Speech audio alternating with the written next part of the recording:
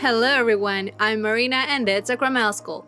You've been asking me to show how I do an Efile manicure on myself, so here it is, let's get into it. You won't believe it, but these are my pre-holiday nails. They lasted for 1.5 months, then I did a quick lazy nail correction going live on Instagram. We extended these nails together in one of my previous videos. As you may know, there used to be snowflakes on top, but I filed them off later and applied a top coat. Surprisingly, I didn't get tired of these nails. My natural nails grew a lot thanks to the correction, so today I will do a gel coating on them.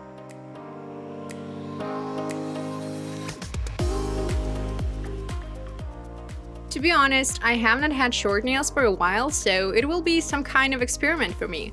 I'll show you how to do a gel coating and a nail plate alignment.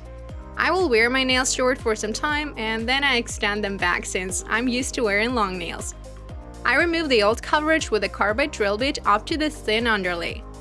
My cuticle is not spreading that much, so I will do a combined manicure using an Efile and scissors. I push the cuticle with an orange stick, opening up its pocket. That will help to do a deep manicure. Now I shape the nails. I like an almond shape the best, but it's not possible to do it on this length, so I will file a squabble. It isn't a usual square with a sharp perpendicular free edge. Here it is rounded and follows the cuticle line curve. The shape looks mirrored. Make sure to polish the grown nail parts well. Remove the transition between the natural nail and the artificial coating. And polish all the liftings. These white lines here. I go along them with the file like this. To lift up the cuticle and clean up the pterygium, I will use a red diamond flame drill bit. It's perfect for beginners, but we need to get the right drill bit for every skin type. If it's dry and rough, we can use a blue drill bit. Make sure to work with its surface. Press it toward the skin and avoid touching the nail. We do go alongside, but with no pressure. And the main criterion of doing the Efile manicure is leaning on with the right pinky, if you're right-handed. Otherwise, it won't work out and you will overfile the nail surface. Make sure to make short strokes, no long moves. The longer the move, the deeper the drill bit gets into the nail, so be careful. After having processed all the left sides, we proceed with the right ones. For this, we need to switch the rotation direction to reverse and start moving from left to right. The drill bit should always move in the opposite direction. Here, it gets parallel to the cuticle first, and then it follows the right sinus. Make sure to pull the skin well in the area being processed. I use my thumb of the same hand. Don't forget to process the lateral folds. Polish them moving side to side, up and down. We can also do the following move. Lift up the cuticle like this to check if it's all clean inside. I move from right to left in the reverse position. I will cut the cuticle using these scissors with rings. I grab them the way I need and place perpendicularly to the nail plate. Take your time, make small 2mm steps, then you will cut it off in a single piece. Done with the manicure. It isn't as difficult as it may seem. It just takes some time and practice to achieve great results. Let's proceed with the coating. I degrease the nail plate with a brush. I soak the brush in the dehydrator and go over the nail surface. This way, I can both clean up and degrease it. It's time for the adhesive products. My nails are problematic. Gel coatings don't last for too long on them, so a primer is a must for me. I let it dry a bit and apply a thin layer of a clear base coat, since later I will do an alignment with a camouflage one. Note that I lean on with my pinky at this step as well. Otherwise, there is a high chance that the hand will start shaking and there will be leaks. I want to keep my middle nail so short. I will extend it a little. So this video is all in one. An Efile manicure, a gel coating, nail plate alignment, and an extension. That's pretty much how it goes. Some clients come with broken nails that we need to fix. So our task is to make cuts so that the form could follow the natural nail curve. I have not removed the fridge completely since I want to keep it natural.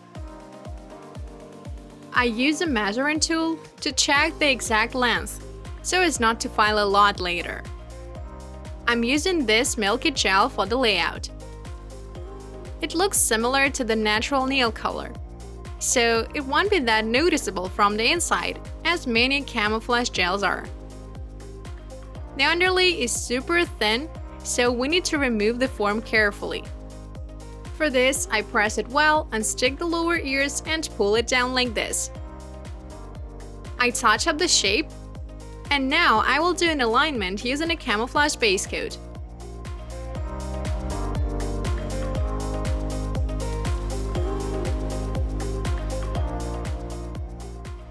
I'm using a fiberglass base coat. It will strengthen the nails, keeping them hard, but it will also bend naturally.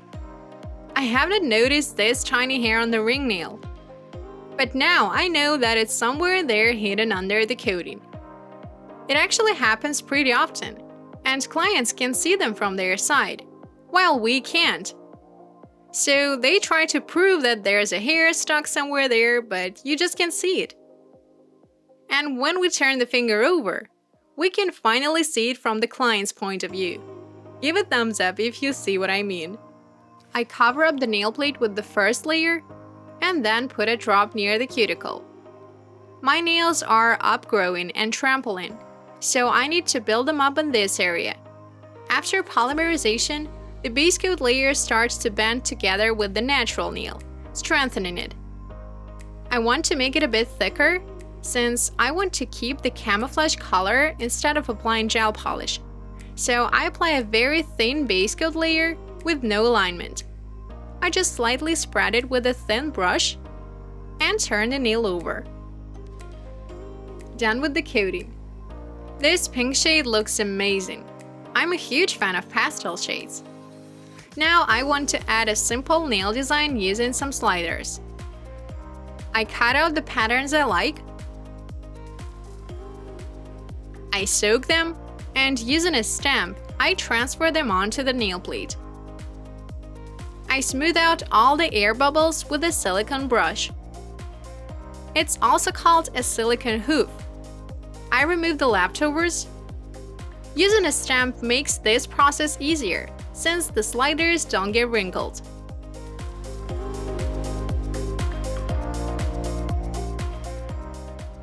I apply a medium layer of a glossy top coat to secure the sliders properly.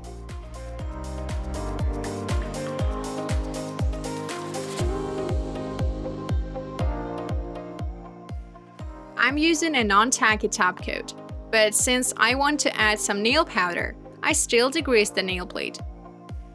I will use this set of nail powders that I got from AliExpress. Using a sponge, I rub them into the nail.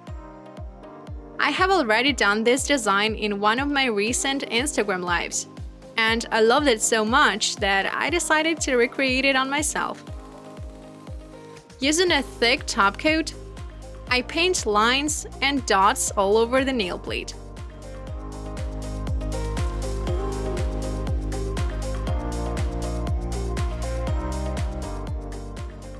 Cure it well. Then, using some dehydrator, I wipe off all the excess powder, and we get such a beautiful shiny line. To finish it off, I file the free edge, making it sharper, since it turned out a bit rounder than needed, so I define it. I also need to file out the natural nail from the inside. The thumbnail is curved, so I fix it like this, as well as the ring nail. And here's the finished look.